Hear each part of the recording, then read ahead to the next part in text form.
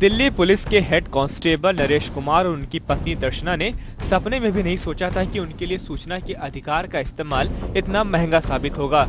नरेश ने बहादुरगढ़ सिविल अस्पताल से जो जानकारी पिछले साल दिसंबर में मांगी थी वो अब तक नहीं मिली। अगर कुछ मिला तो वो था 4,92,100 रुपए का बिल, जो अस्पताल प्रशासन ने मांगी गई जानकारी की एवज में चुकाने के लिए कहा। दर्शना, जो खुद बहादुरगढ़ अस्पताल में स्टाफ नर्स के तौर पर तैनात है, उसे अपने अधिकारियों की इस मांग पर हैरत हो रही है। 2006 में मेरे हस्बैंड ने कुछ इन्फॉर्मेशन मांगी थी सीएमओ झज्जर से, वो आज तक इन्फॉर्मेशन शाउट नहीं हुई और उसकी टोटल अमाउंट मांगी गई है 4,92,100 रुपये। और जब से ये इन्फॉर्मेशन मांगी है तब से ही मेरे को टॉर्चर किया जा रहा है सीएमओ ऑफिस से और एसएमओ बहादुरगढ़ से। कुछ जानकारियों के एवज में अगर आपसे करीब 5 लाख रुपए मांगे जाए तो अचरज होना स्वाभाविक है। लिहाजा हम ये जानने बहादुरगढ़ सिविल अस्पताल पहुंचे कि आखिर इतनी बड़ी रकम क्यों मांगी जा रही है। इस पर अस्पताल के सिविल सर्जन और सहायक सूचना अधिकारी का कहना था कि मांगी गई जानकारी जिन कागजातों की शक्ल में है, उनकी कीमत हरियाणा सरकार ने तय की है।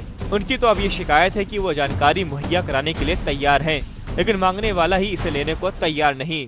इसके बारे में जो है सरकार को भी लिखा गया था कि भी ये जो है यदि खर्चा सरकार ने वहन करना है या उसने वहन करना है, तो जो है ये अल्टीमेट रिजल्ट ये आया कि 100 रुपये प्रति कापी उससे लेने हैं।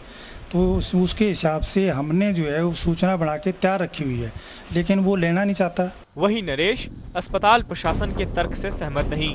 उसके मुताबिक उसने जो जानकारियां मांगी थी वो न देकर अस्पताल प्रशासन फिजूल की दूसरी जानकारियां पकड़ाने की फिराक में है। जिन चीज़ों की वो फीस हमसे मांग रहे थे वो इन्फॉर्मेशन ही मैंने नहीं मांगी है।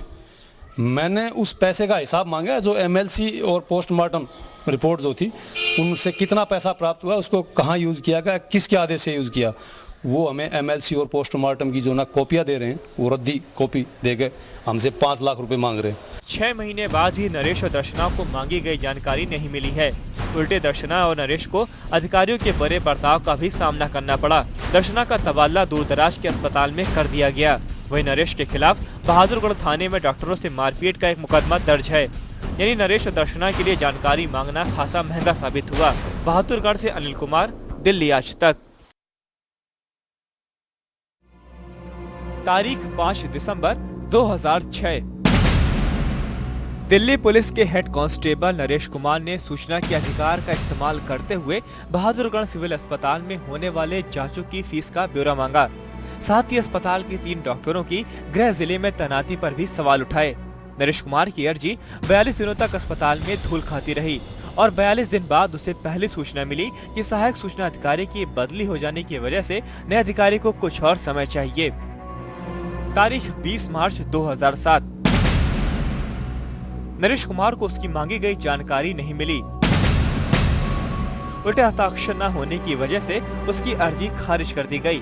यानी करीब 4 महीने तक सोए रहने के बाद अस्पताल प्रशासन को नरेश कुमार की अर्जी पर गौर करने की फुर्सत मिली, जबकि सूचना का अधिकार कानून साफ कहता है कि मांगी गई जानकारी 30 दिनों के अंदर मुहैया हो जानी चाहिए।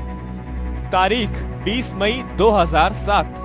नरेश के खिलाफ डॉक्टर अनिल राठी की शिकायत पर बहादुरगढ़ थाने में मारपीट का मुकदमा दर्ज कराया गया। यानी जानकारी मुहैया कराने के मामले में अस्पताल का रवैया न केवल टाल मटोल का था, बल्कि उसके अधिकारी दुर्भावना से भी प्रेरित थे। ये वजह है कि नरेश के खिलाफ मामला दर्ज कराने के साथ साथ उसकी पत्नी का तबादला भी दूरदराज के अस्पताल में कर दिया गया। नरेश के खिलाफ दर्ज मामले की तस्दीक जहां बहादुरगढ़ पुलिस कर रही है, वहीं नरेश उसे झूठा मामला बता रहा है। हमसे 5 लाख रुपए मांग रहे हैं। मैंने उनसे ऐसा उसका जवाब दिया कि भाई ये मैंने नहीं मांगा है, आप मुझे गलत दे रहे हो। एक्ट कह रहा है कि जो इन्फॉर्मेशन मैं मांग रहा हूँ वो मुझे दो, तुम मुझे ये गलत इन्फॉर्मेशन दे रहे हो और गलत फीस मांग रहे हो। जिससे वो बौखला के उन्होंने एक दिन जो ना षड्यंत्र रच के मेरे अगेंस्ट जो ना बहादुरगढ़ हॉस्पिटल में नहीं, इसमें बहादुरगढ़ पुलिस स्टेशन में पुलिस के साथ मिल के और एक झूठा मुकदमा दर्ज करा।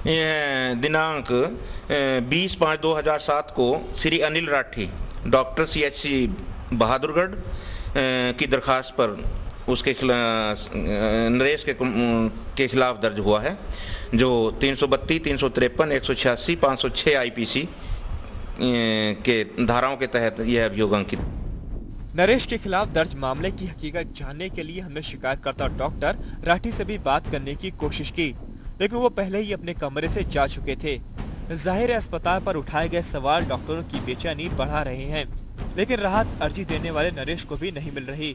उल्टे उसकी परेशानी कम होने की बजाय बढ़ती जा रही है। ऐसे में सवाल उठता है कि आम आदमी के हथियार के तौर पर बने इस कानून का इस्तेमाल कहीं लोगों की ही परेशानी का सबब तो नहीं बन जाएगा। बहादुरगढ़ से अनिल कुमार, दिल्ली आज तक।